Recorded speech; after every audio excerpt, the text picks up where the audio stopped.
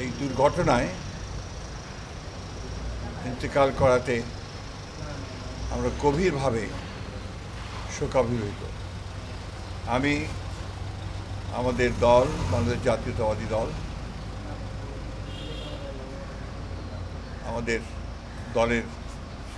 Chairman দেশনেত্রী বেগম খালেদা জিয়া, আমাদের ভারপ্রাপ্ত চেয়ারম্যান জনাব তারেক রহমান পক্ষ থেকে আজকে আমরা ইরানের রাষ্ট্রদূতের যে অফিস কার্যালয়, আমরা সেখানে এসে আমরা আমাদের শোক প্রকাশ করেছি। ইব্রাহিম রাইসির মতো একজন অভিজ্ঞ, বিচক্ষণ এবং জনপ্রিয় নেতার এই হঠাৎ দুর্ঘটনায় চলে যাওয়া, এটা আন্তর্জাতিক বিশ্বের জন্যেই, শান্তির জন্যে এবং একটা সৌহার্দ্য স্থাপনের ক্ষেত্রে অত্যন্ত একটা মর্মান্তিক দুর্ঘটনা বলে আমি মনে করি। আমরা আমাদের দলের পক্ষ থেকে ইরানের জনগণ, সরকার এবং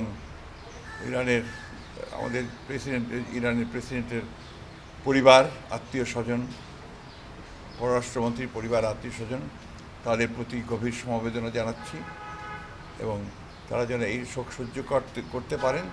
এবং ইরানের জনগণ যেন এই শোকের সময়ে তারা তাদের